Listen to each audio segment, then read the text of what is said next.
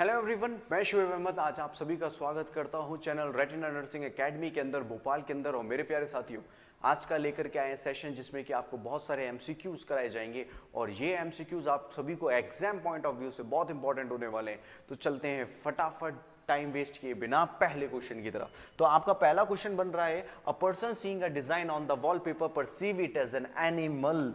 एक इंसान है, वो इंसान ने क्या किया, एक वॉलपेपर था, उस वॉलपेपर पे एक डिजाइन बना हुआ था, उस डिजाइन को उसने जानवर समझा। This is an example of a delusion, B hallucination, C illusion and D है आइडिया ऑफ रेफरेंस। तो मेरे प्यारे साथियों, यहां बताइएगा कि बोला जा रहा है एक वॉलपेपर पे कोई भी एक डिजाइन बना हुआ है, बट एक इंसान जब उसको देखता है वो डिजाइन ना दिख करके उसको एक ये लगता है कि ये कोई एनिमल है। ये क्या होता है? हम बात कर रहे हैं साइकेट्री की। साइकेट्री के अंदर जो एक नॉर्मल फंक्शनिंग होती है ना दिमाग की, वो सब ऑल्टर्ड हो जाती है। और जब ये ऑल्टर्ड हो जाएगी तो अजीब अजीब की चीजें आपको फीचर्स दिखने को मिलेंगे, जैसे कि ए डिल्यूजन, बी हेलुसिनेशन कहलाएगा ये, C illusion and D idea of reference. मेरे प्यारे साथियों, यहां चारों कॉन्सेप्ट को समझिएगा, बट यहां आपको बोला गया एक डिजाइन को एनिमल समझा गया, यानी कि यहां पर आपकी गड़बड़ी जो हो रही है वो परसेप्शन की गड़बड़ी है साथियों। सबसे पहली बात आप समझें, परसेप्शन का मतलब होता है नजरिया, कि आप किस चीज को क्या समझ रहे हैं, किस चीज को आपका दिमाग क्या चीज समझ रहा है, इसको परसेप्शन कहते हैं। तो यहां तो परसेप्शन समझने में गड़बड़ी हो गई, तो आप देखें कि इसको कहा जाता है इल्यूजन कहा जाता है। क्या कहा जाता है साथियों? इल्यूजन कहा जाता है। अब देखिएगा इल्यूजन और बाकी की बीमारियां क्या होती है, एक्सप्लेन करता हूं मैं आपको इल्यूजन। सबसे पहले इल्यूजन देखिएगा, अगर आपको किसी चीज को समझना है तो आपके पास पहले तो कुछ चीज होनी भी चाहिए ना, जिसको कहते हैं स्टिमुलाई, कि भाई मैं क्या समझना चाह रहा हूं, वो स्टिमुलाई कहलाता है। तो आपके पास स्टिमुलाई है, क्या है आपके पास? स्टिमुलाई है। अब आप इस स्टिमुलाई को रिसेप्टर के द्वारा देखेंगे।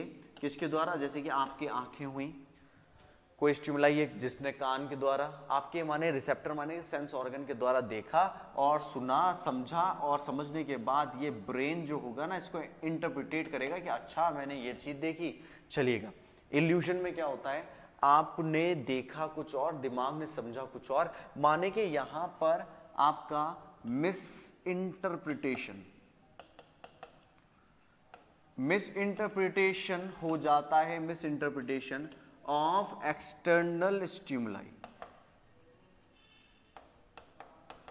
जो स्टिमुलाई होगा हम वो ना समझ करके दूसरा समझेंगे, इसको कहते हैं इल्यूजन कहते हैं। एक सवाल पूछा जाता है ये किस तरीके का डिसऑर्डर होता है, तो आप याद रखिएगा ये डिसऑर्डर ऑफ परसेप्शन कहा जाता है। क्या कहा जाता है साथियों? डिसऑर्डर ऑफ परसेप्शन कहा जाता है इल्यूजन को। रही बात दूसरी, आपके दूसरा कहलाता है जिसको कहा जाता है हेल्यूसिनेशन। हेल्यूसिनेशन, तो प्यारे साथियों हेल्यूसिनेशन क्या होता है?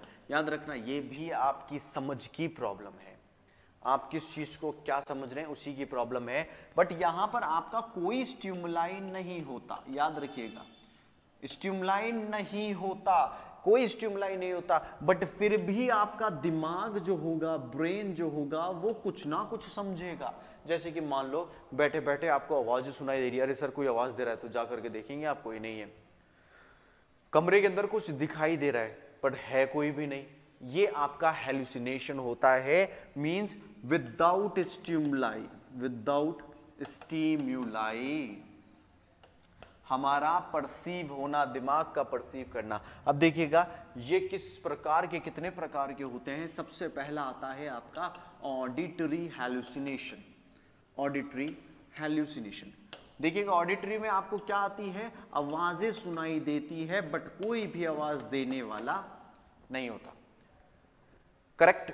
दूसरी बात आती है आपकी विजुअल हेलुसिनेशन। विजुअल हेलुसिनेशन में पेशेंट को दिखाई देता है कुछ ना कुछ, बट होता कोई भी नहीं है, माने के विजुअल में दिखता है बट होता कुछ नहीं। थर्ड आपका होता है tactile hallucination. Guys, tactile hallucination में ऐसा होता है कि शरीर पे, पेशेंट को ऐसा लगेगा मेरे शरीर पे कुछ चल रहा है, तो वो जब देखेगा तो कुछ भी नहीं मिलेगा शरीर पे, तो इसको कहते हैं टेक्टाइल हेलुसिनेशन। टेक्टाइल के बाद मेरे प्यारे साथियों एक हेलुसिनेशन आता है जिसको कहते हैं ऑल्फैक्टरी हेलुसिनेशन कहा जाता है। ऑल्फैक्टरी का मतलब होता है आपको स्मेल्स आती है, बहुत सारी स्मेल आएगी कि हाँ यहाँ पे कुछ बदबू आ रही है, खुशबू आ रही है, तो याद रखिएगा इन तरह की होती है बदबू आना, इसको कहते हैं ऑल्फैक्टरी हेलुसिनेशन। और एक हेलुसिनेशन होता है जिसको कहते हैं ऑल्फैक्टरी के बाद एक होता है गस्टेटरी हेलुसिनेशन। गस्टेटरी हेलुसिनेशन में आपको पेशेंट जो होगा उसको टेस्ट आता है, वेरियस टाइप ऑफ टेस्ट आता है। जैसे कि सबसे मोस्ट कॉमन पूछा जाता है, अगर किसी को टेस्ट आ रहा है हेलुसिनेशन में, सबसे कॉमन टेस्ट कौन सा होता है तो बताइएगा। सबसे कॉमन टेस्ट होता है बिटर टेस्ट, कड़वा कड़वा टेस्ट आपको मिलता है, बिटर टेस्ट। ठीक है, तो बिटर टेस्ट का मतलब क्या होता है, कड़वा टेस्ट आपको मिलेगा। तो ये आपके हेलुसिनेशन। चलिए जल्दी से दूसरे टॉपिक पे चलते हैं। दूसरा क्वेश्चन आपका आ रहा है ये, अब आपने समझा है ना, अब जवाब दीजिएगा। A mental disorder in which a person feels that lice are crawling on his arm but actually there are no lice on her skin, the person suffering from. एक इंसान ने बोला, पेशेंट एक चीज बोल रहा है कि मेरे शरीर के ऊपर कुछ चल रहा है, बट जब खोल करके देखा गया, उसके आर्म्स को खोल करके देखा गया, उसकी स्किन पर कुछ भी नहीं पाया गया। ये क्या होती है? ए ऑडिटरी इल्यूजन कहलाएगा, बी ऑडिटरी हेलुसिनेशन कहलाएगा, सी टेक्टाइल इल्यूजन कहलाएगा, या डी है टेक्टाइल हेलुसिनेशन। प्यारे साथियों यहां समझिएगा, यहां ऑप्शन आपको कंफ्यूज करने के लिए अलग अलग दे दिए गए हैं, तो आपको समझना है कि क्या है। पहले तो यहां देखिएगा, 2 पॉइंट आपको देखना है कि पहली बात तो no lie on the skin, कोई भी लाइस नहीं थी, यानी कि कोई भी लाइस मतलब नो लाइस माने के नो स्टिमुलाई, कोई स्टिमुलाई नहीं है। पहली बात तो यहीं क्लियर हो गई। जब कोई स्टिमुलाई नहीं होता तो अब हमें डिसाइड क्या करना है, इल्यूजन या हेलुसिनेशंस में तो डिसाइड करना पड़ेगा। तो पहली बात तो याद रखिएगा, जब कोई स्टिमुलाई नहीं होता तो हम उसको क्या कहते हैं, हेलुसिनेशन कहते हैं। और अगर कोई स्टिमुलाई है और उसको हम गलत समझ रहे हैं तो उसको तो भाई हम क्या कहते हैं, इल्यूजन कहते हैं। बट कोई स्टिमुलाई नहीं है तो हेलुसिनेशन है। दूसरी बात मैंने जस्ट अभी आपको समझाई थी कि आपके शरीर पे कुछ चले, क्रॉल हो, शरीर पे चले तो स्किन के द्वारा फील हो, उसको टेक्टाइल कहते हैं। क्या कहते हैं भाई, टेक्टाइल कहते हैं। तो आपके लिए आंसर बिल्कुल करेक्ट हो जाएगा कि आप टेक्टाइल हेलुसिनेशन समझेंगे। तो यहां आंसर क्या जाता है, टेक्टाइल हेलुसिनेशन जाता है। क्या जाता है साथियों, टेक्टाइल हेलुसिनेशन। ऑडिटरी इल्यूजन कुछ भी नहीं होता, ऑडिटरी हेलुसिनेशन यहां पे आवाजें आती है। टेक्टाइल इल्यूजन कुछ नहीं होता, स्किन पे कोई इल्यूजन नहीं होगा। टेक्टाइल इल्यूजन या टेक्टाइल हेलुसिनेशन मतलब आपके शरीर पे ऐसा लगेगा कि जैसे कि कुछ चीज चल रही है, उसको टेक्टाइल हेलुसिनेशन का नाम दिया जाता है। चलें आगे चलते हैं। जैसे कि अब ये आपके लिए एक डायग्राम लगाया गया है, इसको गौर से देखिएगा, इस डायग्राम को देखिए आराम से आपके लिए। अब आपको जब इस डायग्राम पे फोकस कर रहे हैं आप, तो आपको ऐसा लग रहा है कि ये घूम रहा है, क्या हो रहा है भाई, घूम रहा है। तो देखिएगा, जब आपको ऐसा लगे कि एक पर्टिकुलर चीज रियलिटी में नहीं घूम रहा, स्टिमुलाई है, रियलिटी में नहीं घूम रहा, बट लग रहा है घूम रहा है, इसी को इल्यूजन कहते हैं। क्या कहते हैं प्यारे साथियों, इल्यूजन कहा जाएगा। तो आप एक बात सतर्क रहें कि इल्यूजन का मतलब क्या होता है, कुछ है बट गलत समझना। हेलुसिनेशन का मतलब क्या होता है, कुछ नहीं है फिर भी समझना। ये बातें क्लियर है। चलिएगा अगले पे चलते हैं। आपका अगला क्वेश्चन आता है ये, आपका अगला क्वेश्चन है मेरे प्यारे साथियों ये, grandiose delusion occur in which of the following disorder. देखिएगा एक नाम बोला गया, grandiose delusion occur in which of the following disorder, A manic disorder, B obsessive compulsive disorder, C phobic disorder, and D होता है एंजाइटी डिसऑर्डर। पहली बात आप क्लियर रखिएगा जब बोला जा रहा है डिल्यूशन, डिल्यूशन, इस डिल्यूशन का क्या मतलब होता है? इस डिल्यूशन का ये मतलब होता है एक यकीन का, गलत यकीन का दिमाग में बैठ जाना, इसको कहते हैं डिल्यूशन। फॉल्स फिक्स्ड बिलीफ का बैठ जाना डिल्यूशन कहलाता है, जो अनशेकेबल होता है। तो आप याद रखिएगा, false fixed belief, false fixed belief का बैठना डिल्यूशन कहलाता है। डिल्यूशन का मायने होते हैं, ये एक तरह की बीमारी होती है, थिंकिंग की, थॉट की, यकीन की बीमारी होती है। दिमाग में एक थॉट बैठ गया कि भाई ये काम है, और वो सच में गलत काम है, बट दिमाग में बैठ गया कि हाँ ये इस तरीके से। तो याद रखिएगा, डिल्यूशन का मतलब क्या होता है? False fixed belief. मान लीजिए कोई इंसान है, वो आपसे बहुत मोहब्बत करता है, बट आपके दिमाग में एक बात बैठ गई कि वो मुझे मारना चाहता है, वो मुझे मारना चाहता है। दुनिया ने उसको एक्सप्लेन भी किया कि ये तेरा भाई है या तेरी बहन है, नहीं मारना चाहते, बट वो मानता ही नहीं है। फॉल्स है, गलत चीज दिमाग में बैठी हुई और फिक्स बैठी हुई, इसी को डिल्यूशन कहते हैं। साथियों, यहां एक नाम बोला गया है, ग्रैंडियोस डिल्यूशन। क्या नाम दिया गया है? ग्रैंडियोस डिल्यूशन नाम दिया गया। ये ग्रैंडियोस डिल्यूशन जो है एक टाइप होता है डिल्यूशन का, जिसमें आप इसको दूसरे नाम से भी जानते हैं, एक्सपेंसिव डिल्यूशन। Expensive dilution. अब देखो होता क्या है ग्रैंडियोस डिल्यूशन में, एक इंसान जो होगा अपने आप को महाराजा समझेगा, बहुत बड़ा एक आदमी समझेगा, बट असलियत में वो कुछ भी नहीं होता। अपनी वाहवाही करेगा कि नहीं मैं इतना बड़ा आदमी हूं, इतना खतरनाक आदमी हूं, मैं ऐसा आदमी हूं, बट सच्चाई देखोगे तो वो उसके बाद बेचारे के पास कुछ भी नहीं है। वो बोलता है मेरे पास बहुत पैसा है, वो सच्चाई देखोगे कुछ भी नहीं है। ग्रैंडियोस डिल्यूशन बोला जा रहा है। ग्रैंडियोस डिल्यूशन किस चीज में देखता है? एक इंसान अपने आप को बड़ा किस में बताएगा? ए मेनिया के अंदर भी होता है, ऑब्सेसिव कंपल्सिव डिसऑर्डर के अंदर, सी होता है फोबिया के अंदर, एंड डी होता है एंजाइटी के अंदर। अब बताइएगा किसके अंदर एक इंसान अपने आप को महान समझेगा? याद रखिएगा, यहां पर जो महान समझने का काम होता है वो मेनिया में चलता है। किस में चलता है साथियों? यहां मेनिया में चलता है। देखिएगा, समझें कैसे। ये मेनिया की बीमारी जो होती है, इसको कहते हैं मूड की बीमारी, मूड डिसऑर्डर। क्या कहते हैं भाई?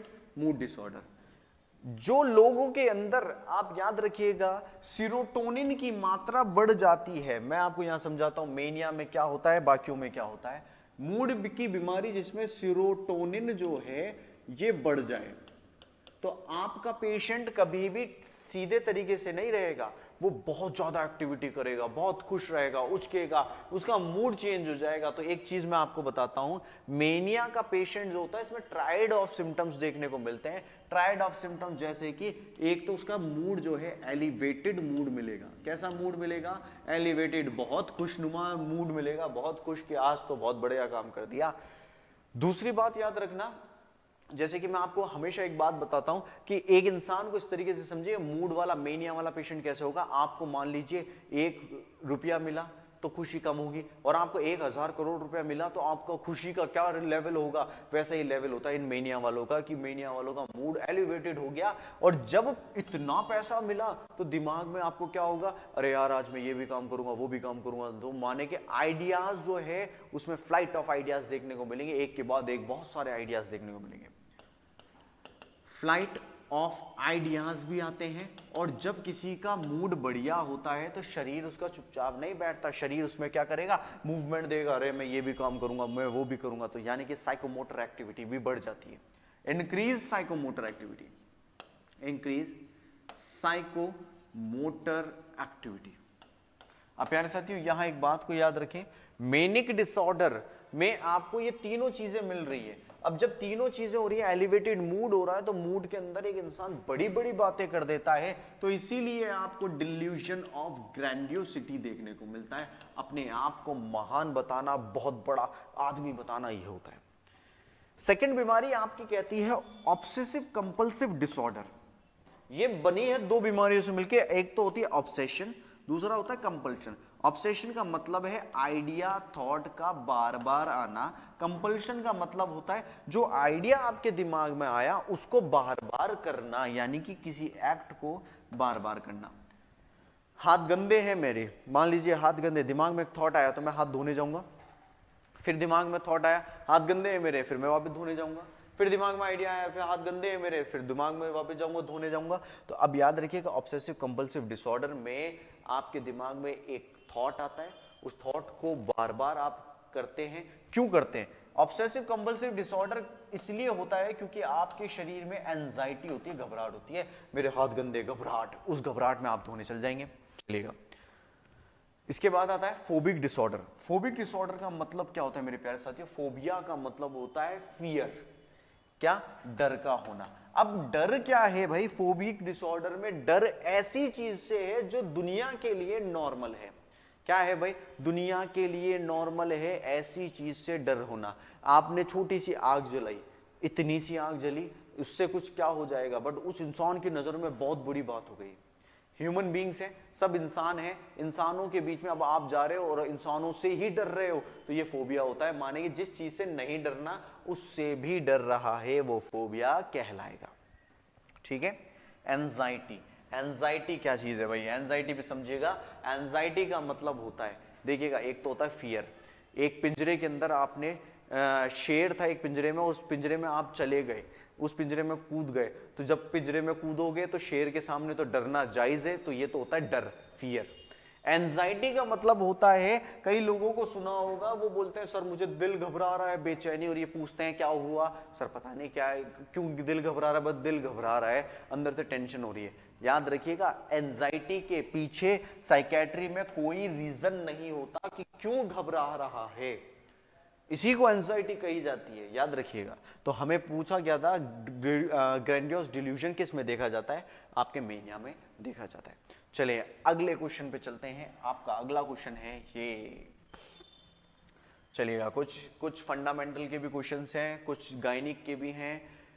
Which of the following condition would the nurse recognize as contributing to the development of respiratory acidosis? Guys, यहां सवाल आया आपका, कुछ कंडीशन बताइए जिससे कि रेस्पिरेटरी एसिडोसिस होता है। एसिड बेस का है ये क्वेश्चन। किसका है क्वेश्चन? एसिड बेस का क्वेश्चन है। अब आपके लिए बहुत क्वेश्चंस आएंगे, डील कीजिएगा। ए एम्फाइसीमा होगा, बी हाइपर वेंटिलेशन होगा, सी डायरिया, एंड डी एकालेसिया की कंडीशन। पूछा जा रहा है कौन सी कंडीशन रेस्पिरेटरी एसिडोसिस कॉज करती है, तो आपको जवाब क्या देना होगा? समझिएगा, मैं एक ही कॉन्सेप्ट में एसिड बेस क्लियर कर देता हूं आपका, क्या एसिड बेस किस प्रकार से होगा। देखिए, एसिड बेस का कॉन्सेप्ट कैसे चलता है, सिंपल सी ट्रिकें चलती है। सबसे पहले तो आपको ये P और H लिखने का मतलब समझ में आना चाहिए। इसको कहते हैं पोटेंशियल ऑफ हाइड्रोजन। पहले तो नाम याद करते जाइएगा, अपने आप समझ में आ जाएगा और अपने आप सिंपल सा सॉल्व कर लेंगे। पोटेंशियल ऑफ हाइड्रोजन कहेंगे, ठीक है। अब एक पीएच स्केल का नाम सुना होगा आपने, पीएच स्केल, जो कि ऐसी स्केल होती है जो कि 0 से चालू होगी, 14 तक रहेगी। 7 पे जो पॉइंट होता है वो न्यूट्रल होता है। क्या होता है? न्यूट्रल होता है। 7 से नीचे की तरफ जाओगे तो एसिड कहलाता है, 7 से ऊपर जाओगे तो बेस कहलाएगा। इतने पॉइंट क्लियर है गाइस? अब क्या होता है, हमें एक पता होना चाहिए, ब्लड का पीएच कितना है गाइस? ब्लड पीएच, ये सबसे इंपॉर्टेंट पैरामीटर है एसिड बेस का। जैसे कि ये स्केल जो होती है आपकी पीएच की स्केल, इसमें 7 है पॉइंट, और हमारा ब्लड का पीएच होता है 7.35 से 7.45। क्वेश्चन आता है सबसे ज्यादा आपका ब्लड का पीएच 7.35 से 7.45 है, ये एसिडिक होगा या एल्कलाइन होगा? तो याद रखिएगा, ये स्लाइटली एल्कालाइन होता है। कैसा होता है? स्लाइटली एल्कालाइन होता है। ये बात क्लियर है गाइस? अब देखो कैसे हमें सॉल्व करना है। कभी भी एसिड है, बेस है, ये पूछा जाए तो 7.35 से ये वैल्यू याद करते जाओ, 7.45 की पीएच है। अगर आपकी पीएच 7.35 से नीचे जा रही है तो उसको मानते हैं एसिड है, एसिडिक बन रहा है। 7.45 से ऊपर मिले पीएच तो ये बेस है, यानी कि एल्कालाइन है। अब देखिएगा, ये एसिड बेस का क्राइटेरिया को 2 तरीके से बांटते हैं। जैसे कि आपको बोला जाए ना, एसिड और बेस के बारे में समझाइएगा। हमारे शरीर में एसिड और बेस 2 तरीके पे बनते हैं। एक होता है रेस्पिरेटरी और दूसरा होता है आपका मेटाबॉलिक। एक तो आपका होता है रेस्पिरेटरी, दूसरा होता है मेटाबॉलिक। एसिड बेस का समझिएगा। अब देखें, अगर आपको रेस्पिरेटरी कौन से पैरामीटर है और मेटाबॉलिक कैसे होगा, ये कैसे समझ में आएगा? सबसे पहले दोनों के अंदर एसिड बेस पता करना है ना आपको। पीएच, ब्लड की पीएच को पहचानना। क्या पहचानना है भाई? सबसे पहली बात पीएच ऑफ ब्लड को पहचानना है, ठीक है। दूसरी बात, रेस्पिरेटरी में एक चीज और ढूंढते हैं जिसको कहते हैं PaCO2, ठीक है। अगर मुझे मेटाबॉलिक को पहचानना होता है तो मैं क्या करूंगा? पीएच ढूंढूंगा। पहले तो पीएच ऑफ ब्लड ढूंढूंगा और पीएच ऑफ ब्लड के बाद मेटाबॉलिक में PaCO2 नहीं ढूंढते, मेटाबॉलिक के अंदर आप बाइकार्बोनेट का लेवल ढूंढते हैं, HCO3 माइनस को देखेंगे, ठीक है मेरे प्यारे साथियों।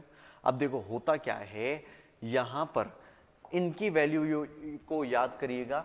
जैसे कि PaCO2 की वैल्यू होती है 35 से 45, ठीक है।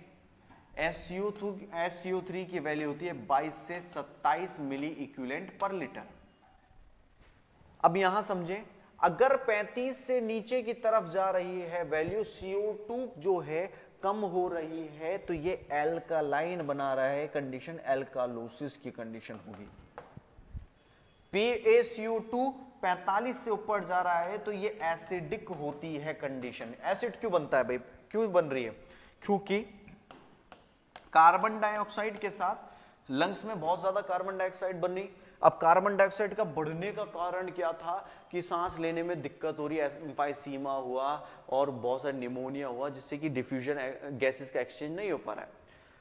कार्बन डाइऑक्साइड के साथ हमारे शरीर में से पानी निकलता है लंग्स के द्वारा, तो ये दोनों मिलकर के एक एसिड बनाते हैं जिसको कहते हैं कार्बोनिक एसिड, H2CO3। ये कार्बोनिक एसिड ही लंग्स में जाकर के डिपॉजिट होता है और एसिडोसिस बनाता है, रेस्पिरेटरी एसिडोसिस। अब देखो, कार्बोनिक एसिड की एक खासियत होती है, ये लंग्स में रहेगा और जब ऑक्सीजन मिलेगी ना तो ये पेट्रोल की तरह उड़ता है, भाप बनता है, तो ये भाप बन करके उड़ जाएगा। तो यहां कार्बोनिक एसिड के बारे में एक बात नोट डाउन कर लीजिएगा, ये वॉलेटाइल होता है, भाप बन के उड़ता है। तो यहां सवाल के तौर पे आपसे पूछा गया था कि रेस्पिरेटरी कंडीशन है, क्या है साथियों? रेस्पिरेटरी एसिडोसिस की कंडीशन है, वो क्यों होती है? Emphysema, hyperventilation, diarrhoea, achalasia. तो याद रखिएगा एम्फाइसीमा की वजह से।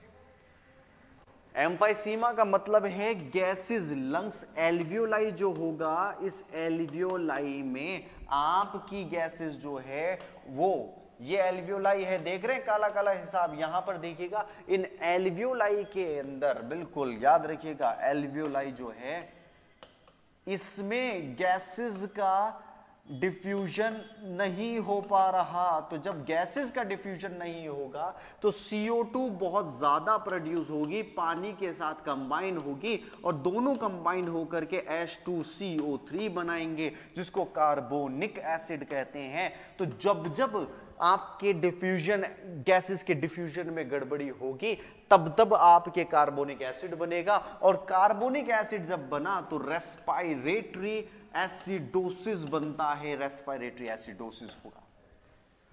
आपको रेस्पिरेटरी एसिडोसिस से या रेस्पिरेटरी एल्कालोसिस से दो तरीके से पता लगेगा। एक तो ब्लड की पीएच चेक कर लेना, पीएच किस डायरेक्शन में जा रही है, 7.35 से कम है या ज्यादा है। दूसरी बात, आपको PaCO2 से पता लगता है, इन दो से। यहां पीएच से तो आपको पता लगता है एसिड है या बेस, बट PaCO2 से पता लगता है ये रेस्पिरेटरी है। ठीक है गाइस, चलिएगा अगले क्वेश्चन की तरफ हम चलते हैं। हमारा अगला क्वेश्चन आ रहा है ये। अब आते हैं आपके लिए सवाल। ये सवाल कुछ इस प्रकार से आएंगे और आपको डील करना आना चाहिएगा जो जो पैरामीटर मैंने बताए। सवाल आ रहा है आपका, an ABG analysis report show pH 7.20। एक एबीजी एनालिसिस की रिपोर्ट है जो बता रही है पीएच, देखते जाइएगा यहां साइड में लिखते जाइएगा, पीएच 7.20। PaCO2 की मात्रा बता रहे हैं, PaCO2 की मात्रा बता रहे हैं 35, HCO3 की मात्रा बता रहे हैं 20 मिली इक्विवेलेंट पर लीटर। ठीक है, अब देखो पहली बात तो पीएच से पता लगता है एसिडिक है या एल्कालोसिस है, ठीक है। पहली बात, पीएच हम जानते हैं हमारे ब्लड की पीएच होती है 7.35 से 7.45। अब मुझे बताइएगा 7.35 से नीचे की तरफ जा रही है तो एसिडिक है, पहली बात यहां क्लियर हो गई, एसिडिक। अब हमें ढूंढना है सर कि हमें पूछा गया मेटाबॉलिक एसिडोसिस होगा, एल्कालोसिस होगा, रेस्पिरेटरी एल्कालोसिस या रेस्पिरेटरी एसिडोसिस, क्या होगा आपको ढूंढना है। एसिडोसिस का तो हमें पता लग गया कि 7.35 से नीचे है वैल्यू तो ये एसिड है, एसिडोसिस बन रहा है। अब बोला ये जा रहा है कि ये रेस्पिरेटरी एसिडोसिस है या रेस्पिरेटरी के अलावा मेटाबॉलिक एसिडोसिस। अब यहां देखना PaCO2 35 है, नॉर्मली कितनी होती है 35 से 45 होती है, माने के नॉर्मल रेंज में। ये तो बाइकार्बोनेट की बात करते हैं, नॉर्मल कितने होते हैं 22 से 27 होता है। भाई यहां देखिएगा 20 आ रहा है, यानी कि 22 से नीचे की तरफ जा रहा है। और जब बाइकार्बोनेट कम होते हैं यानी कि बेस कम होगा तो एसिड की तरफ जाएगा ना, बेस कम होते हैं एसिड की तरफ जाएगा। तो बाइकार्बोनेट की बात मैंने बताई थी कि ये वाला PaCO2 तो रेस्पिरेशन का पैरामीटर है, बाकी SO3 जो होता है ये बेस ये आपका मेटाबॉलिक पैरामीटर है। तो दो बात क्लियर हुई, पहले पीएच चेक करना, पीएच से पता लगा क्या है एसिड, क्या है भाई एसिड है। फिर हमने बेस का देखा कि भाई SO3 मेटाबॉलिक है या रेस्पिरेटरी, तो हमें पता लगा मेटाबॉलिक है। तो यहां आंसर क्या जाएगा मेटाबॉलिक एसिडोसिस। क्या जाने वाला है साथियों मेटाबॉलिक एसिडोसिस। चलिएगा अगले क्वेश्चन पे चलते हैं। आपका क्वेश्चन आ रहा है चाइन स्ट्रोक रेस्पिरेशन मींस, बहुत पूछे जाने वाला क्वेश्चन। चाइन स्ट्रोक रेस्पिरेशन का मतलब क्या होता है, A hyper apnoea, B hyper apnoea with apnoea, C normal breathing and D होता है टिकपनिया। अब देखिएगा क्या होता है, यहां बोला जा रहा है चाइन स्ट्रोक रेस्पिरेशन, ये एक तरह की पैथोलॉजिकल रेस्पिरेशन है, बीमारी में देखी जाती है। बोला ये जा रहा है चाइन स्ट्रोक रेस्पिरेशन हो रही है, ये इसका पैटर्न क्या होगा। अब देखो पैटर्न समझना, बहुत प्यारा सा पैटर्न है इसका। चाइन स्ट्रोक रेस्पिरेशन का मतलब होता है hyper apnoea with apnoea, normal breathing with tachypnoea. अब देखें यहां क्या होता है, हमारी रेस्पिरेशन कुछ इस प्रकार से होती है, हम जितना इंस्पायर करते हैं उतना expire, inspire expire, inspire expire, inspire. ये है नॉर्मल रेस्पिरेशन। क्या है नॉर्मल रेस्पिरेशन है, ये नॉर्मल रेस्पिरेशन, ठीक है। इसी नॉर्मल रेस्पिरेशन का एक क्वेश्चन में नाम भी पूछा गया था जिसको कहते हैं यूपनिया। यूपनिया नॉर्मल रेस्पिरेशन को क्या कहते हैं यूपनिया कहते हैं। अब यहां क्या होता है समझना, चाइन स्ट्रोक रेस्पिरेशन में होता है हाइपर एपनिया विथ एपनिया। ये क्या चीज है देखिएगा, हाइपर एपनिया विथ एपनिया का मतलब होता है, समझें आपकी नॉर्मल रेस्पिरेशन कुछ इस प्रकार थी, हम सब जानते हैं कुछ इस प्रकार से, जितना इंस्पायर करते थे ये इंस्पायर करते थे उतना ही हमारी हवा लंग्स से निकल जाती थी, एक्सपायर होती थी, एक्सपायरेशन होता था, करेक्ट। अब देखिए हो क्या रहा है पैथोलॉजिकली, यहां पर हमने हल्की सांस से चालू करेंगे, ठीक है, हल्की सी सांस ली। अब ये सांसें जो हैं ये गहरी होती चली जाएगी, डेप्थ में बढ़ती चली जाएगी, फिर एक टाइम आएगा जब ये पॉज में चली जाएगी, फिर गहरी सांसें आती जाएगी, हाइपर एपनिया आता जाएगा, फिर वापस एक एपनिया आ जाएगा। माने कि आप जो सांस लोगे वो इस प्रकार से लोगे, छोटी सा पॉज, फिर वापस पॉज, माने कि यहां पर आपकी लगातार सांस जो है वो बढ़ती जा रही है, क्या होती जा रही है बढ़ती जा रही है, बीच में एक एपनिया आ जाता है। एपनिया का मतलब क्या आता है भाई, स्टॉपेज आ जाता है, रुकावट आ जाती है, रुक जाती है सांसें, फिर वापस ये एपनिया टेम्पररी है, परमानेंट एपनिया नहीं है कि जो हमेशा के लिए बंद हो जाए।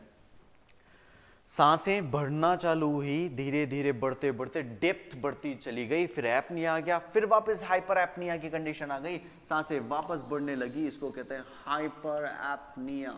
तो कंडीशन देखिएगा यहां क्या बोला गया था आपको, यहां आपको बोला गया था ऐसी चाइन स्ट्रोक रेस्पिरेशन में क्या होता है, हाइपर एपनिया का तो मतलब है लगातार बढ़ रही है, बट एपनिया भी तो हो रहा है ना बीच में, हाइपर एपनिया के साथ एपनिया पाया जाता है, ठीक है।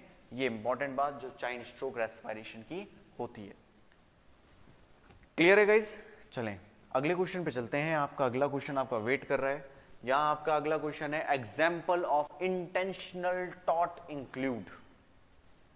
एग्जाम्पल ऑफ इंटेंशनल टॉट क्या होता है? A malpractice and assault, B malpractice and negligence, C false imprisonment and battery, D negligence and invasion of privacy.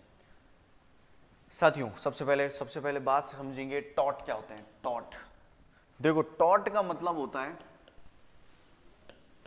Taught का मतलब होता है अनलॉफुल एक्ट। अनलॉफुल एक्ट, एक गैर कानूनी हरकत करना, एक गलत हरकत करना जिसकी सजा मिले आपको, ऐसी हरकत करना उसको टॉट कहते हैं। अब देखो दो तरीके से टॉट होता है। एक टॉट तो कहलाता है इंटेंशनल और दूसरा होता है अनइंटेंशनल। एक तो होता है इंटेंशनल, दूसरा होता है अनइंटेंशनल। इंटेंशनल माने कि जानबूझ करके गलत हरकत कर रहे हो, तो यानी कि उसको क्या कहेंगे? इंटेंशनल कहते हैं, यानी कि मुझे जानबूझ करके मैंने कोई गलत हरकत की, इंटेंशनल। अनइंटेंशनल मतलब भूल करके गलती से हरकत हो गई, वो अनइंटेंशनल। जैसे कि आपके दो होते हैं, माल प्रैक्टिस और आपका नेग्लिजेंस। ये दोनों गलती से हो जाते हैं। सर मुझसे गलती से हो गया, माल प्रैक्टिस होती है, नेग्लिजेंस होती है कि सर हम भूल गए थे, नेग्लिजेंस के चक्कर में हमसे गलती से हो गया।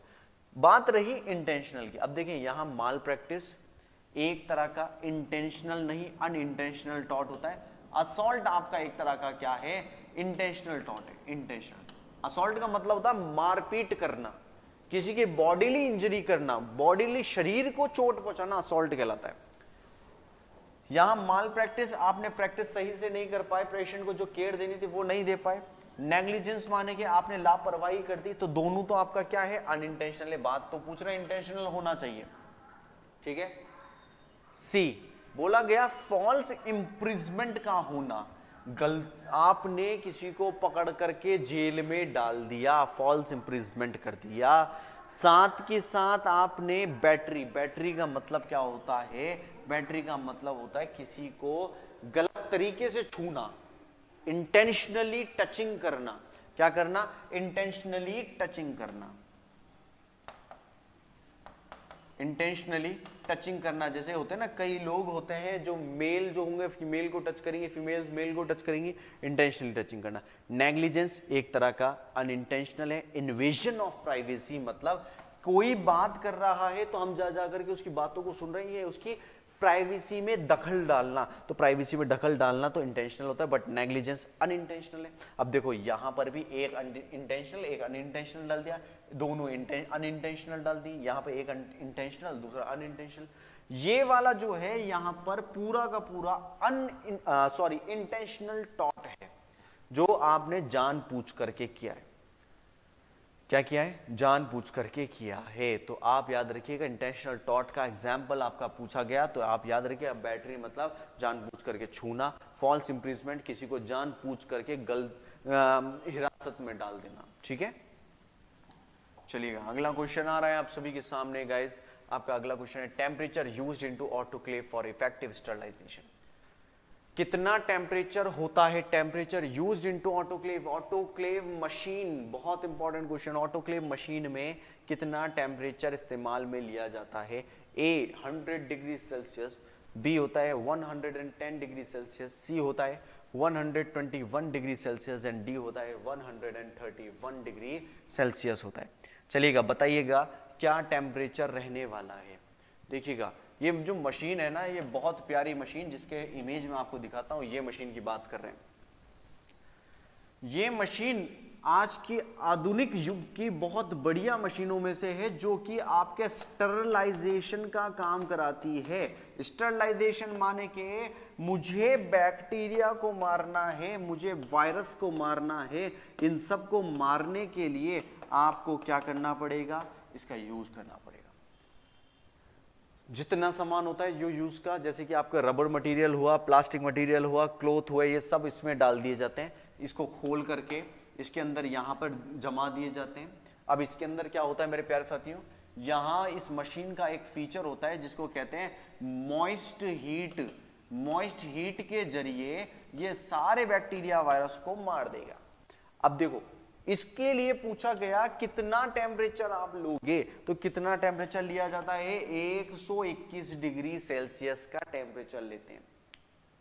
कितने डिग्री, 121 डिग्री। एक एग्जाम के अंदर, एक प्रीवियसली एग्जाम के अंदर एक बात पूछी गई कि अगर मैं 121 ना दिया जाए फ़ारेनहाइट में दे तो कितना होगा, 250 डिग्री फ़ारेनहाइट टेम्परेचर लेना है ऑटोक्लेव मशीन का, 250 डिग्री फ़ारेनहाइट। अब देखें यहां आपको बोला जा रहा है, कैसे बोला जा रहा है, आपने टेम्परेचर लेना है 121 डिग्री का, फ़ारेनहाइट में 250 डिग्री फ़ारेनहाइट। आपको बोला जाएगा कितना प्रेशर रखना पड़ेगा, क्योंकि ये प्रेशर के ऊपर काम करती है, प्रेशर वाली मशीन है।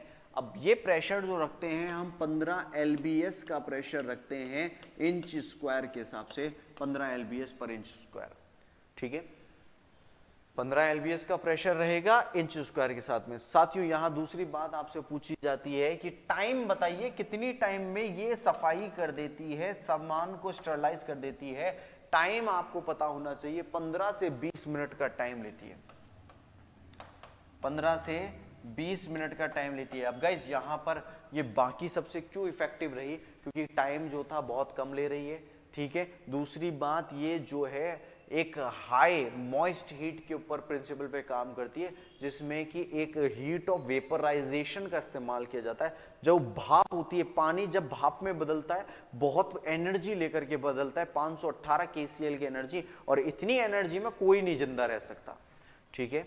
ये बात आपको क्लियर है। चलिएगा, तो हमारा आंसर ऑटोक्लेव के प्रति क्या जाएगा, 121 डिग्री सेल्सियस ना दी जाए तो 250 डिग्री फ़ारेनहाइट पे जाकर के टिक करना है। हमारा अगला क्वेश्चन आता है guys, ineffectual straining at stool is known as, stool का इनइफेक्टिव स्ट्रेनिंग का होना क्या कहलाता है, ए बॉर्बोरिज्म, बी है कॉन्स्टिपेशन, सी होता है स्टीटोरिया एंड डी होता है टेनसमस कहलाएगा। समझिएगा, इनइफेक्चुअल क्या बोला जा रहा है, ineffectual straining at stool is known as, मतलब कहते हैं ना एक मरोड़ी चलना, पेट में क्या चलना, मरोड़ी चलना, कि पेट में कुछ इस तरीके से होना, दर्द सा होना, बट स्टूल जो है वो नहीं आ पा रहा है ना। एक हो तो रहा है कि भाई हम वॉशरूम जाएं, बट जा रहे हैं तो कुछ मतलब ही नहीं निकल रहा है। इनइफेक्चुअल स्ट्रेनिंग का होना ये क्या कहता है, बॉर्बोरिग्मी, बी है constipation, C steatorrhoea and D है टेनसमस। इसको कहते हैं टेनसमस। टिनिस्मस क्या कहते हैं गाइस, टिनिस्मस कहते हैं, जैसे कि इसको हिंदी के अंदर ऐठन भी कहते हैं, ऐठन, ठीक है, ऐठन, पेट में ऐठन हो जाना उसको टिनिस्मस कहेंगे। आपके सामने बॉर्बोरिग्मी क्या होता है, बॉर्बोरिग्मी का मतलब होता है, जैसे कि कई बार होता है ना, पेट के अंदर से साउंड आता है, गुड़गुड़ गुड़गुड़ करके साउंड आता है। अब वो गुड़गुड़ साउंड जो है ना, जैसे आप सो रहे हो तो करवट ले रहे हो तो एक गुड़गुड़ साउंड आता है, इसको बॉर्बोरिग्मी कहते हैं, बॉर्बोरिग्मिज्म भी कहते हैं। तो याद रखिएगा साउंड का, गर्गलिंग साउंड का होना, गर्गलिंग साउंड का होना। अब वो साउंड आपका गैस की वजह से हो, या फिर वाटर की वजह से हो, या फिर फूड की वजह से हो, इस साउंड को बॉर्बोरिग्मी कहा जाता है, और एक तरह का नॉर्मल साउंड है, कोई चिंता वाली बात नहीं है। तो ये साउंड आपका बॉर्बोरिग्मी कहते हैं। कॉन्स्टिपेशन का मतलब होता है आपका स्टूल जो है वो पास आउट ना हो पाना, एक, ठीक है, उसको कहते हैं कॉन्स्टिपेशन का। स्टीटोरिया का मतलब होता है स्टूल के अंदर फैटी स्टूल का होना, फैटी स्टूल, जो स्टूल है वो फैटी हो, स्टीटोरिया कहा जाएगा। क्या कहा जाएगा, स्टीटोरिया कहा जाएगा। चलें, स्टीटोरिया के बाद अगला question, aqueous humour is produced in, aqueous humour जो होगा किस चीज में प्रोड्यूस होता है, A the subarachnoid space of the meninges, B the lateral ventricle, C the choroid and D है the ciliary body. Aqueous humour वो fluid है जो हमारी आंखों के अंदर भरा होता है, ठीक है गाइस। इसको समझने के लिए इनमें से क्या होगा, इसको समझने के लिए कॉन्सेप्ट समझना जरूरी है। हमारी आंखें हैं ऐसी, ठीक है, कैसी भाई, ऐसी। मैं आपको एक बना के समझाता हूं। ये हमारी आई बॉल है, समझ जाइएगा, ये आई बॉल 2.5 सेंटीमीटर का डायमीटर होता है इसका। कितना? 2.5 सेंटीमीटर का डायमीटर होता है। इस आई बॉल में 3 लेयर होती है, वही 3 लेयर ही सब कुछ है। पहली ऊपर की लेयर जो चढ़ रही है, इस लेयर को कहते हैं ट्यूनिका फाइब्रोसा। ट्यूनिका फाइब्रोसा कहेंगे। इस ट्यूनिका फाइब्रोसा के अपनी आंखों को 2 पार्ट में बांटना। एक तो दिखने वाला पार्ट जो होता है, इसको एंटीरियर पोल कहना। क्या कहना है? एंटीरियर पोल कहना है। जो पार्ट नहीं दिखता उसको कहते हैं पोस्टीरियर पोल। क्या कहते हैं साथियों? पोस्टीरियर पोल। अब क्या हुआ, पीछे से ये लेयर चढ़ने चालू हुई बॉल की तरह, आई बॉल पे। पीछे जब ये चढ़ रही थी तो आगे जाते जाते पीछे की तरफ तो ये मिल्की थी, दूधिया कलर की थी। आगे गए 5वां 6 पार्ट जो था, 5/6 पार्ट जो था वो कवर हुआ, तो ये आपकी ट्रांसपेरेंट होगी क्योंकि रोशनी इसके अंदर से जाएगी। पीछे वाली जो मिल्की पार्ट है उसको तो हम कहते हैं स्क्लेरा। आगे वाला जो पार्ट है इसको हम कहते हैं कॉर्निया। ठीक है, ऑपरेशन जब आई डोनेट करते हैं तो कॉर्निया डोनेट करते हैं। ठीक है, पूरी आंखें निकाल के नहीं देते। दूसरी बात, आपकी सेकंड लेयर आती है, वो सेकंड लेयर कुछ इस प्रकार से बनी रहती है। ठीक है, इस प्रकार से बनी रहती है। सेकंड लेयर का नाम आप जानते हैं, जिसको कहते हैं ट्यूनिका वेस्क्यूलोसा। नाम से पता लगेगा, फाइब्रोसा फाइबर की बनी हुई है, स्ट्रेचिंग में मदद नहीं करती, आराम से एक शेप बना के रखेगी। वेस्क्यूलोसा वेसल्स की बनी हुई है, तो ब्लड सप्लाई ये वेस्क्यूलोसा फाइब्रोसा को भी देती है और रेटिना को भी देती है। ठीक है, पीछे से यही वाली लेयर, सेकंड वाली लेयर आगे की तरफ बढ़ती है, वहीं 5/6 पार्ट कंप्लीट करती है। तब तक इसको कहते हैं कोरोइड कहा जाएगा। क्या कहा जाएगा? कोरोइड। आगे जैसे बढ़ी तो ये स्ट्रक्चर जो देख रहे हैं इसको कहते हैं सीलियरी बॉडी कहते हैं, और इसके जस्ट आगे की तरफ तीसरा पार्ट बन जाता है इसी लेयर का, आइरिस कहलाता है। ठीक है, इस सिलियरी बॉडी के चारों तरफ यहां पर ऐसे सस्पेंसरी लिगामेंट होते हैं जो लेंस को पकड़ते हैं। क्या पकड़ते हैं? लेंस को पकड़ते हैं। तो सेकंड लेयर में सिलियरी बॉडी जो है ये बनी है 2 चीजों से, सिलियरी प्रोसेस और सिलियरी मसल। ठीक है गाइस, सिलेरी प्रोसेस और सिलेरी मसल। ये सिलेरी प्रोसेस जो होता है एक्वस ह्यूमर को निकालता है। क्या निकालता है? एक्वस ह्यूमर को निकालता है। तो कहने की बात यह है कि सिलेरी बॉडी का सिलेरी प्रोसेस ने एक्वस ह्यूमर को निकाला, और ये एक्वस ह्यूमर पूरे के पूरे आपके यहां पर भर जाता है, इस एरिया में पूरे में भर जाएगा। ठीक है, ये एरिया आपको जो देखने को मिल रहा है इसमें पानी भरा रहता है, इसको एक्वस ह्यूमर कहते हैं। पीछे वाले को विट्रस ह्यूमर कहते हैं गाइस। क्या कहते हैं? विट्रस ह्यूमर कहते हैं। ठीक है, aqueous humour, vitreous humour. Lens के आगे का पार्ट, जितना ये लेंस के आगे का पार्ट है, लेंस से कॉर्निया तक का पार्ट, इस पार्ट को, एरिया को कहते हैं एंटीरियर कैविटी कहेंगे। क्या कहेंगे? Anterior cavity. लेंस से पीछे की लेयर जो कि तीसरी लेयर है रेटिना, इस तक के पार्ट को कहते हैं आपका पोस्टीरियर कैविटी। तो सवाल ने हमसे क्या पूछा था? सवाल ने हमसे यह पूछा था कि आपका एक्वस ह्यूमर कौन प्रोड्यूस करता है? Subarachnoid space in the meninges, दिमाग से, लेटरल वेंट्रिकल दिमाग की, the choroids the ciliary body. Answer सीधा सिंपल आपका जाने वाला है कि वो है द सिलेरी बॉडी, क्योंकि सिलेरी बॉडी का सिलेरी प्रोसेस से ही जाकर के बनता है गाइस। क्लियर है गाइस? ये आपको क्लियर होना चाहिए। चलिएगा अगले क्वेश्चन की तरफ चलते हैं। हमारा अगला क्वेश्चन आता है,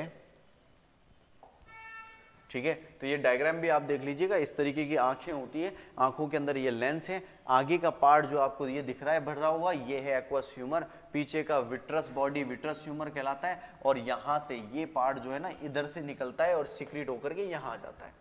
ठीक है, चलिएगा अगला क्वेश्चन आता है, fluid in posterior chamber of the eye is called, यानी कि यहां बोला जा रहा है fluid in the posterior chamber. थोड़ा सा ट्रिकी क्वेश्चन है, ध्यान से दीजिएगा। ए विट्रस फ्लूइड कहेंगे, B aqueous fluid, C both A and B, and D none of the. अब यहां देखें पोस्टीरियर चेंबर ऑफ आई में क्या होता है, मैंने आपको बताया था ये पूरा लेंस से पीछे तक का तो पोस्टीरियर कैविटी कहलाती है। लेंस से आगे तक की कहलाती है एंटीरियर कैविटी कहलाती है। Posterior cavity, anterior cavity. अब समझना बात को, बोला क्या गया है, पूछा ये गया है पोस्टीरियर चेंबर में क्या होता है। याद रखिएगा मेरे प्यारे साथियों, लेंस से कॉर्निया तक का जो पार्ट है इसमें क्या होता है, जैसे कि ये लेंस है, आगे की तरफ आपका आइरिस आ गया और इसके आगे की तरफ कॉर्निया आ गया। ये पूरी तो आपका, ये पूरा तो क्या कहला रहा है, इतना इतना एरिया जो पूरा पार्ट है, ये पार्ट तो आपका पूरा पार्ट कहलाता है एंटीरियर कैविटी। कैविटी यही है। इस एंटीरियर कैविटी में आइरिस से कॉर्निया का डिस्टेंस जो होता है इसको कहते हैं एंटीरियर चेंबर। आइरिस से लेंस तक के बीच का पार्ट जो होता है इसको कहते हैं पोस्टीरियर चेंबर। सवाल ये पूछा गया कौन सा फ्लूइड होगा, तो एक ही तो बात है, यहां पर एक्वस ह्यूमर पाया जाता है। चेंबर के बारे में बोला गया एक्वस ह्यूमर, तो लेंस के आगे एक्वस ह्यूमर रहेगा, चाहे एंटीरियर चेंबर में हो या चाहे पोस्टीरियर चेंबर में हो। लेंस से पीछे की तरफ में आपका विट्रस ह्यूमर रहता है। ठीक है, क्या रहता है साथियों, विट्रस ह्यूमर रहता है। चलिए अगले क्वेश्चन पे चलते हैं। आपका यहां क्या आंसर आएगा, एक्वस फ्लूइड आपका आंसर आएगा। अगले क्वेश्चन पे चलते हैं। आपका क्वेश्चन है initial colour of light are. Initial colour, light का इनिशियल कलर क्या होता है, A red, blue, yellow, green, B होता है रेड, ब्लू, ग्रीन, सी होता है ब्लैक, व्हाइट, रेड, ब्लू या फिर ग्रीन, एंड डी होता है येलो, ब्लू, रेड, ब्राउन। अब देखो तीसरी लेयर जो है ना हमारी आंखों की, उसको कहते हैं ट्यूनिका नर्वोसा, नर्व की बनी है। रेटिना, पीछे की तरफ रेटिना पर्दा जिसको कहा जाता है, इस पर्दे में 3 तरीके के सेल पाए जाते हैं जिसको कहते हैं आरबीजी। ठीक है, यानी कि आपके जो सेल पाए जा रहे हैं रेटिना में, कॉन सेल्स और रॉड सेल के नाम से जाने जाते हैं। रॉड माने कि रात दिन जो होगा वो बताता है कि रोशनी अंधेरा है। कॉन का सी जो होगा वो कलर को डिनोट करता है कि कलर, आप कलरफुल दुनिया को देख सकते हैं। कलर जो होते हैं, प्राइमरी कलर जो होते हैं, इनिशियल कलर, वो 3 होते हैं जिसको कहते हैं आरबीजी, रेड, ब्लू और green. Red colour blue cons और ग्रीन कॉन्स। रेड कॉन्स जो होंगे लाल कलर दिखाते हैं, ब्लू कॉन्स ब्लू कलर दिखाते हैं और ग्रीन कॉन्स जो होते हैं ग्रीन कलर दिखाते हैं। इन्हीं के मिक्सचर से पूरे कलरफुल दुनिया आप देख सकते हैं। ठीक है, टर्म मेनिंजियोसील मींस, एक टर्म है मेनिंजियोसील, उसका मतलब क्या होता है, A meninges protrude out through the spinal canal, B CSF collected in a cyst, C होता है spinal cord and the cord membrane protrude out, and D होता है ओनली स्पाइनल कॉर्ड प्रोट्रूड। यानी कि मेनिंजियोसील का मतलब है आपकी जो रीढ़ की हड्डी होती है उसके अंदर वर्टिब्रा, उसके अंदर से गैप आ जाता है और वो गैप में से आपकी स्पाइनल कॉर्ड भी निकलेगी, मेनिंजेस भी निकल जाए। ये स्पाइना बाइफिडा की बीमारी कहलाती है। जैसे कि आप डायग्राम से देखिएगा, बच्चे के इस तरीके से निकल रहे हैं, यहाँ जब गैप है इस गैप के अंदर से स्पाइनल मेम्ब्रेन्स भी निकल सकती है आपकी और स्पाइनल कॉर्ड भी निकल सकती है। जब सिर्फ और सिर्फ स्पाइनल मेम्ब्रेन निकलती है, मेनिंजेस निकलती है, इसको कहते हैं मेनिंजियोसील। मेनिंजेस के साथ स्पाइनल कॉर्ड निकलती है तो मेनिंजियोमाइलोसील कहलाता है। मेनिंजेस के साथ स्पाइनल कॉर्ड जब निकलती है उसको मेनिंजियोमाइलोसील कहते हैं। तो यहां सवाल में आपसे पूछा गया सिर्फ द टर्म मेनिंजियोसील का मतलब क्या होता है, meninges protrude out through the spinal cord, CSF collect spinal cord and cord membranes protrude या ओनली स्पाइनल कॉर्ड। तो यहां याद रखिएगा the meninges protrude out through the spinal cord. ठीक है, मेनिंजेस जो होती हैं वो प्रोट्रूड आउट हो जाती है, कहां से, स्पाइनल कॉर्ड से प्रोट्रूड आउट हो जाएगी। और जब स्पाइनल कॉर्ड के साथ मेनिंजेस दोनों निकलती है तो इसको कहते हैं मेनिंजियोमाइलोसील, मेनिंजियोमाइलोसील। इसको सिर्फ कहते हैं मेनिंजियोसील कहिए, मेनिंजियोसील। दोनों जो होती है स्पाइना बाइफिडा सिस्टिका, सिस्टिका के फीचर्स होते हैं दोनों, स्पाइना बाइफिडा सिस्टिका के एक बिल्कुल उसका पूरा का पूरा टाइप्स होते हैं। ठीक है, तो आपने ये बात देखी कि किस तरीके से होता है। और मेरे प्यारे साथियों, ये आज का आपका सेशन जो हमने आज डील किया, क्वेश्चंस लेकर के आया और आप सभी के लिए बिल्कुल बहुत सारे क्वेश्चंस हैं। इन सारे क्वेश्चंस को प्रैक्टिस करिएगा। मिलते हैं आपसे आपकी अपनी रेटिना नर्सिंग एकेडमी भोपाल के अंदर। जी हाँ, ऑफलाइन बैचेस है, ऑफलाइन बैचेस के अंदर रेगुलरली आपके ऑफलाइन बैचेस चल रहे हैं, मॉर्निंग का भी बैच है और इवनिंग का भी आपका बैच है। तो मिलते हैं आप सभी से, बहुत बहुत शुक्रिया, धन्यवाद।